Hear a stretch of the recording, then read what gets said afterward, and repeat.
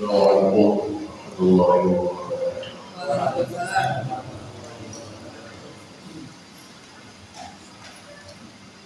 Alhamdulillahirabbil alamin. Wassalatu wassalamu ala asyrofil anbiya'i wal mursalin. Sayyidina wa habibina wa syafi'ina wa maulana Muhammadin wa ala alihi wa ashabihi ajma'in. La haula wa la quwwata illa billahil aliyyil azim. Amma ba'du. Qad qala ta'ala fi ayatin karim. A'udzu billahi minasyaitonir rajim. Bismillahirrahmanirrahim.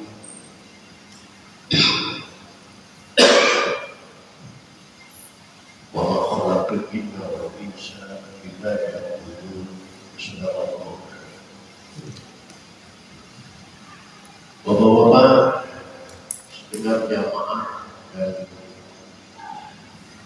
pengurus Masjid Jalan Guru di khusus yang hadir taklim pada malam ini yang salat fadilah yang saya muliakan, mudah-mudahan dengan bertaklim kehidupan kita mendapat kemuliaan dari Allah Subhanahu wa Ta'ala. Puji dan syukur mari kita panjatkan kehadirat Allah, shalawat serta salam. Mari kita bersajud dari Rasulullah Muhammad sallallahu alaihi wasallam. Hadirin baik.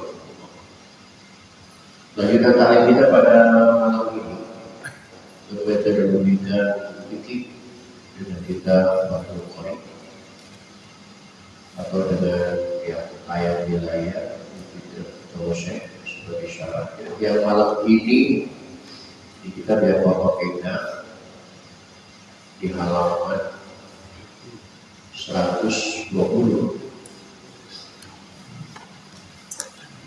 Di halaman 120 baris kedua ada kalimat wal asyiru at-tuma'ninatu bi. Silakan dicari dan perhatikan dan kita buka saja taklim ini dengan sama-sama baca Al-Quran surah Al-Fatihah.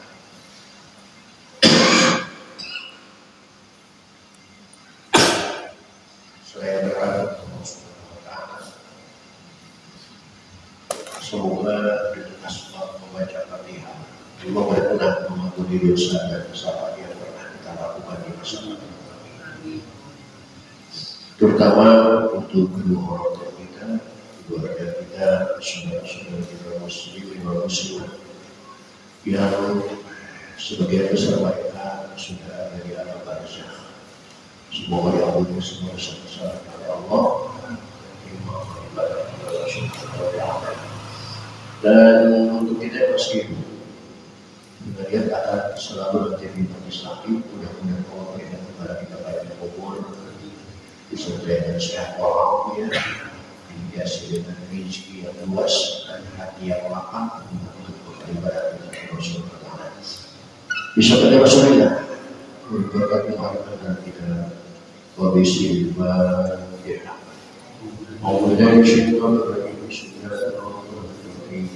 Alhamdulillah Rabbil alamin. إياك نعبد وإياك نستعين اهدنا الصراط المستقيم صراط الذين أنعمت عليهم غير المغضوب عليهم ولا الضالين.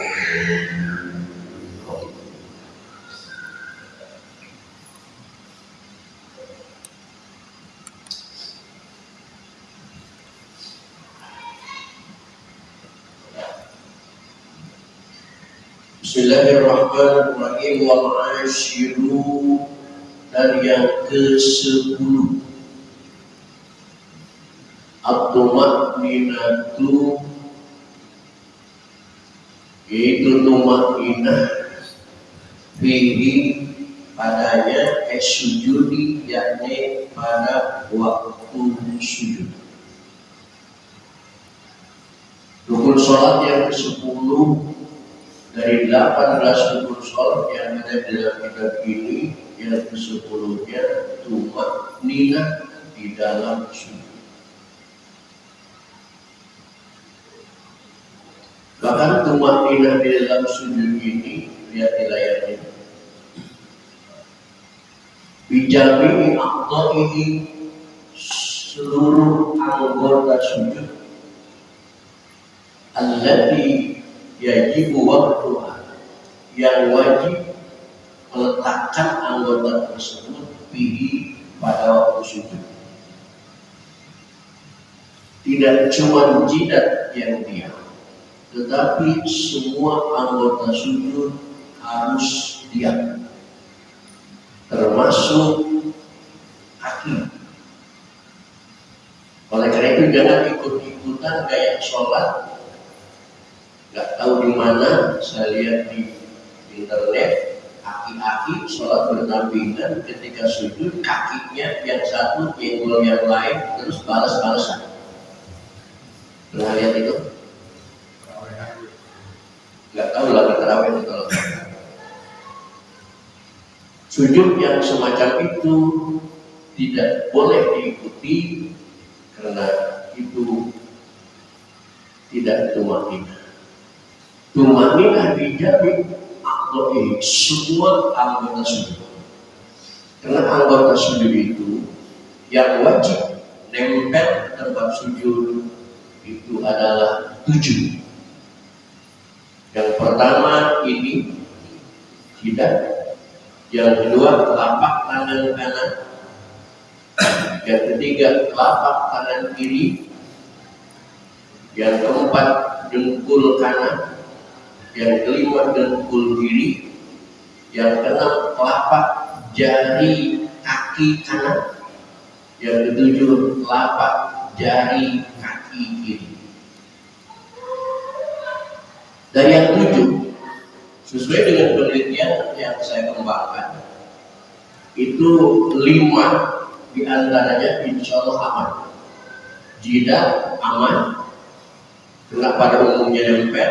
Telapak tangan kanan aman, telapak tangan kiri aman, dengkul kanan aman, dengkul kiri aman. Cuma yang belum 100% aman itu jari kaki, baik kanan maupun kiri. Masih banyak orang yang sujudnya jari kakinya tidak nempel ke sejadah.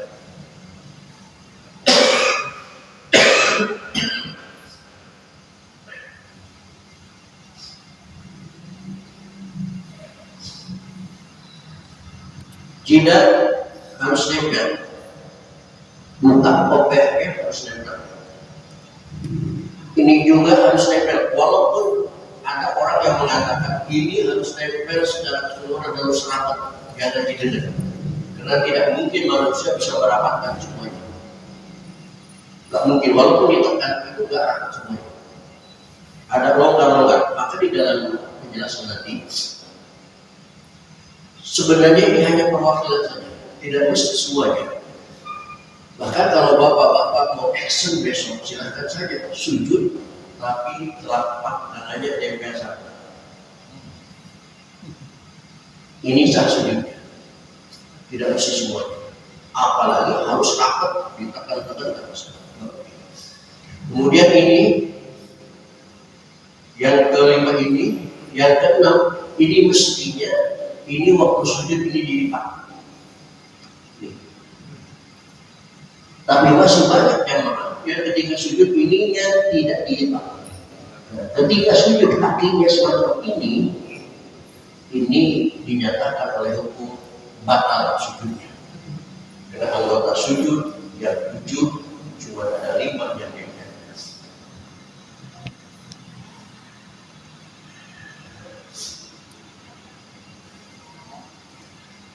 Kenapa harus 7? 7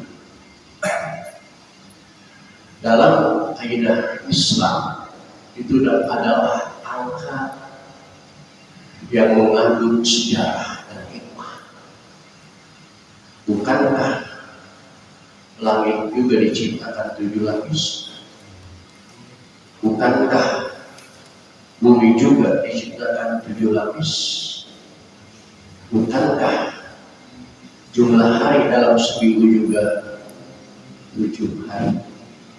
Maka orang-orang tua dulu mengatakan kalau berdoa ingin cepat dijawab, maka minimal doa itu diulang sampai 7 kali. Itu apa 7? Diletakkan di waktu sujud, dan sujud itu adalah posisi terdekatnya manusia kepada Ilahi Rabbi itu pada waktu sujud. Dan ketika kita sujud, semua anggota jadi bergerak, terutama darah yang ngalir ke otak itu lancar aliran darah ke otak kalau dalam posisi sujud, karena kepala ada di bawah. Lagi duduk, lagi berdiri, darah otak itu tidak lancar ngalirnya. Maka orang ada yang jungel, ada yang cerdas. Kenapa aliran otaknya tidak lancar? Karena posisi kepala ada di atas, sedangkan darah itu berbentuk cairan. Cairan itu selalu mencari dataran terendah, bukan dataran tertinggi. Tapi ketika sujud itu aliran darah lancar masuk ke otak. Maka ulama mengatakan kalau kita sulit menghafal sesuatu, perbanyak saja sujud, insya Allah hafalan itu akan cepat hafal dan otak dipenuhi oleh aliran darah yang dibutuhkan.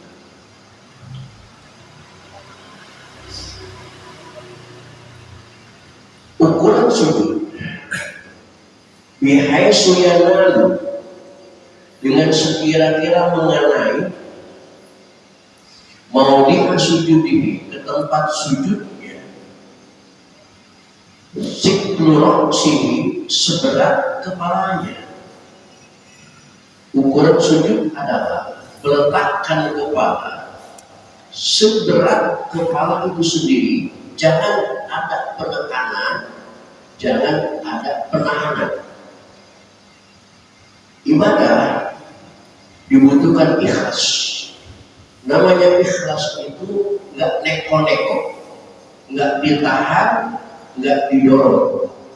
Kepala, kalau seandainya kepala manusia itu beratnya 3 kilo, maka dampak yang diterima sejadah itu juga harus berat 3 kilo. Kira-kira kepala manusia ada nggak 3 kilo? Bapak Uyung bisa nggak mau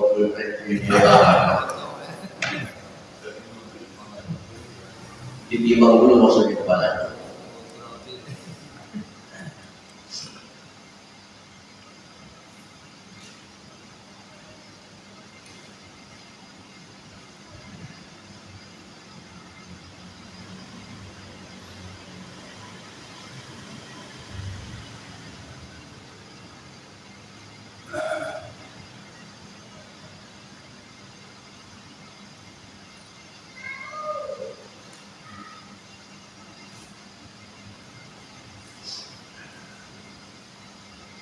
Walayak bi imsasyursi,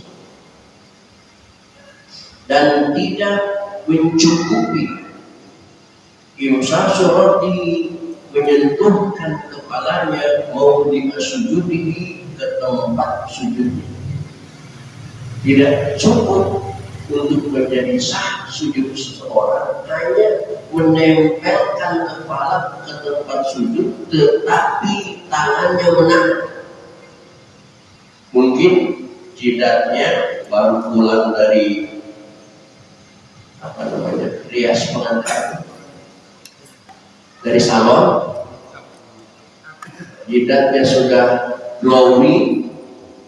Kalau dipakai sujud takut kotor, akhirnya dia sujud dengan ditahan oleh tangan supaya jidatnya nggak terlalu nempel ke tempat sujud. Sujud yang semacam itu walayak bi, tidak sah sujud. Bal yatahammalu, tetapi dia harus menekankan kepalanya bihaitsu law kana tahtahu qatad, sekiranya jika di bawah tempat sujud itu ada kapas, masalah umpamanya lan kabasa, tentu menjadi lebok, wa dhahara asaluhu, dan tapak bekasnya kalayadin kepada anak. Walau muridot tak tahu jika diperkirakan bawahnya itu terbuat dari emas. Jadi kalau kita sujud di tanah lempung umpamanya, maka niscaya akan ada bekas jidat dan juga bekas tangan. Sebenarnya jangan neko-neko, jangan ditekan dan jangan juga ditahan. Karena kalau kita melihat ada teman sujud begitu sujud ditekan sampai digesek-gesek, itu mungkin ada tujuan supaya jidatnya cepat hitam. Karena mereka salah paham mengatakan orang yang ada di ibadah itu di wajahnya ada min asari sholat, dari tapak sholat. Sebenarnya tapak sholat itu bukan hitam di jidat, tapi akhlaknya, akhlak orang yang sholat. Nah, kalau tapak sholat di jidat, Imam Syekh Sudes, Imam Masjidil Haram yang berpuluh-puluh tahun menjadi imam di Masjidil Haram, ketika berkunjung ke Haul Syekh Nawawi Tanah Haram Al-Bantani, kita perhatikan sama sekali jidatnya tidak ada hitamnya. Bahkan saya bersinyalir orang yang jidatnya hitam khawatir dengan sholatnya itu menjadi ladang riya, karena pengen dipuji ahli sholat oleh teman-teman yang lainnya. Maka hitam jidat itu bukan tanda sholat, tapi tanda ditekan. Tanda sholat itu bukan di jidat, tapi dalam kehidupannya dia mengikuti ruku, dia mengikuti sujud, dan dia peduli sama yang bawah, tidak bertang-tang harus bertengger di atas. Dia juga meletakkan anggota badan yang paling mulia, yaitu kepala, ke bawah lebih rendah daripada pantatnya yang selama ini selalu di bawah. Apalagi kita ini orang Indonesia.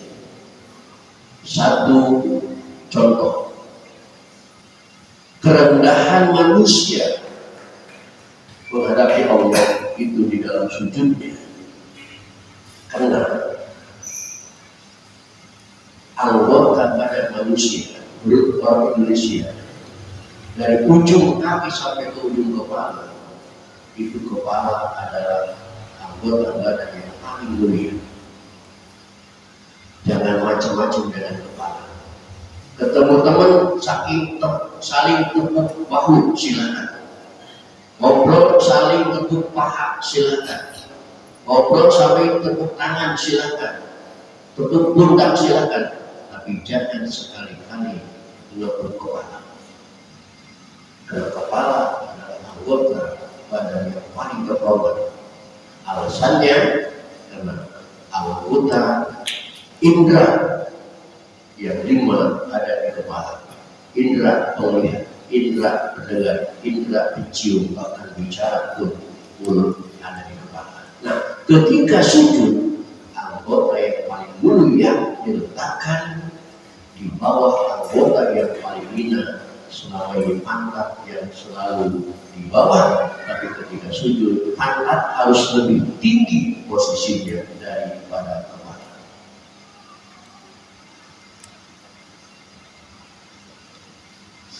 Wal hadi asyar, dan yang ke-11 rukun sholat dari 18 dalam kitab ini adalah al-julusu baina sajdataini, ialah duduk di antara dua sujud.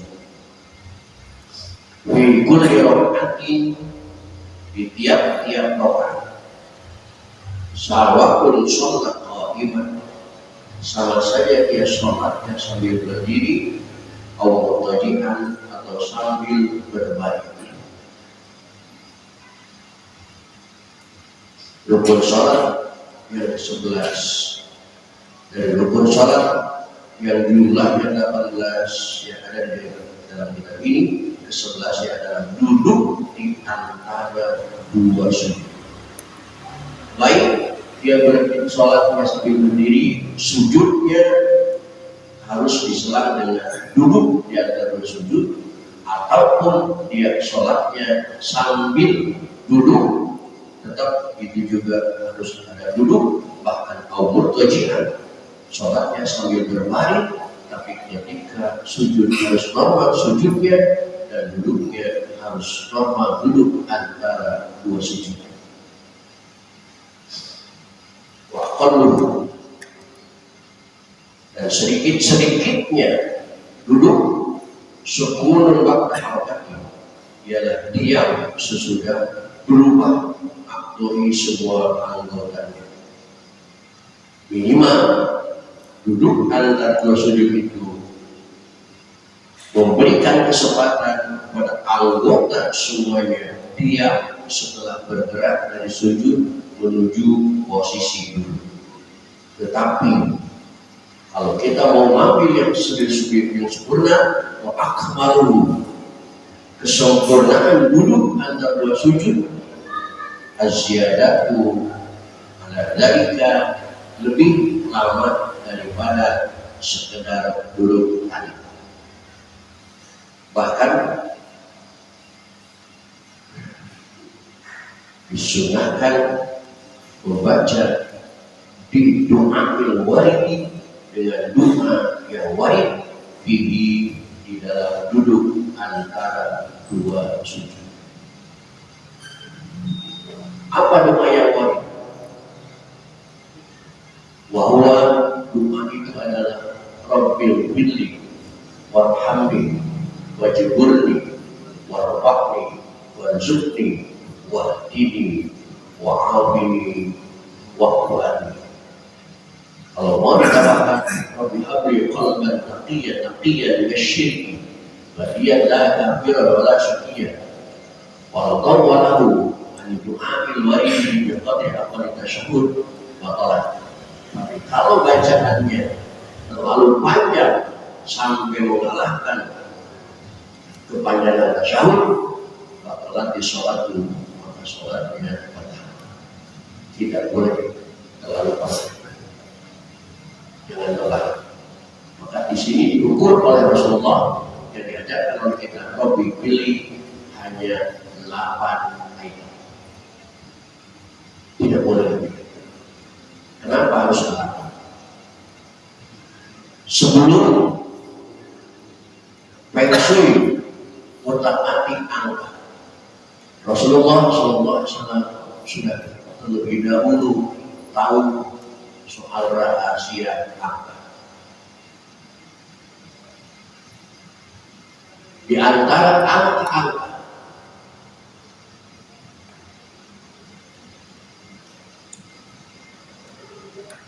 yang kita ketahui dari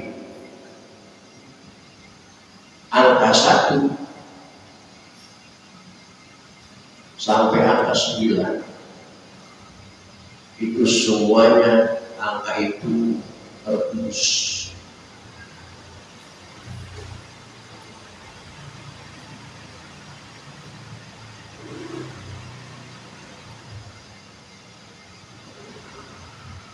Apa bahasa Inggris, angka 4 yang terputus.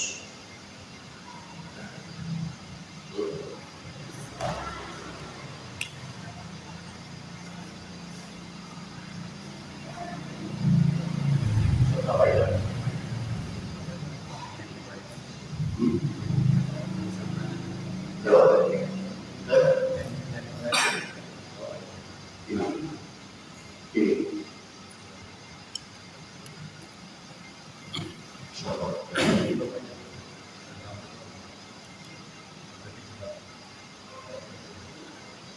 Dari angka 1 sampai angka 9 ini semuanya terputus.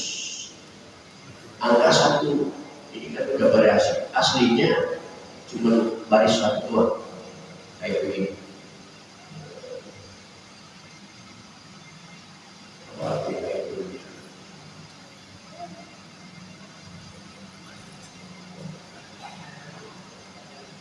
Aslinya kan begini, nggak ada variasi ini. Angka 1 putus atas dan bawah, Begitu juga dengan anak buah. Itu putus atas depan, bawah belakang. Begitu juga dengan angka 3. Itu putus 3, atas depan, tengah, dan bawah depan. Angka 4 sebenarnya putuskan, atas 2, bawah 1. Cuma fakta ini putus, sebenarnya putus. Angka 5 juga putus atas belakang, bawah depan. Angka 6 juga masih putus atas belakang. Angka 7 juga sebenarnya putus atas depan dan bawah, termasuk angka 9 masih putus atas bawah. Cuma angka 8, angka yang tidak ada putus. Maka dengan membaca 8 item, Rasulullah mengharapkan agar umat Islam rezekinya, ibadahnya, kebaikannya tidak akan putus-putus untuk selamanya. Dan kehebatan angka 8 ini dipercaya oleh kelompok-kelompok Chinese. Bapak kalau punya teman dari kelompok mereka yang mampu, yang kaya raya, Bapak silaturahmi datang ke rumahnya, di dindingnya ada gambar kuda atau ikan koi, itu pasti jumlahnya 8 ekor matahari. Cuma dengan dikatakan bintang, kalau bintang 8 itu ya. Perhatikan dari 1 sampai 9 cuma 8 yang tidak ada putus. Itu yang dikatakan Rasulullah SAW.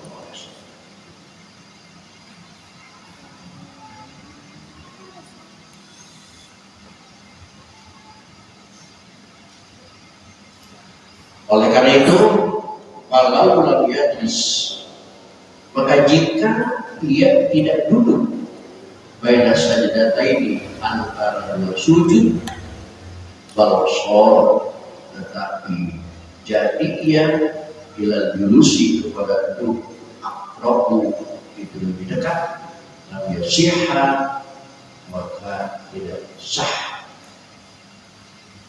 duduknya. Jika dia sujud, bangun langsung sujud lagi, tidak ada tumanina, tidak ada diam, maka julusnya dianggap tidak sah. Bahkan wasatnya asyara, dan yang 12 rukun sholat dari 18 adalah tumanina tubihi, adanya tumanina padanya, al-julusi, yakni pada duduk, pada sajdataini, antara dua sujud. Harus ada tumanina.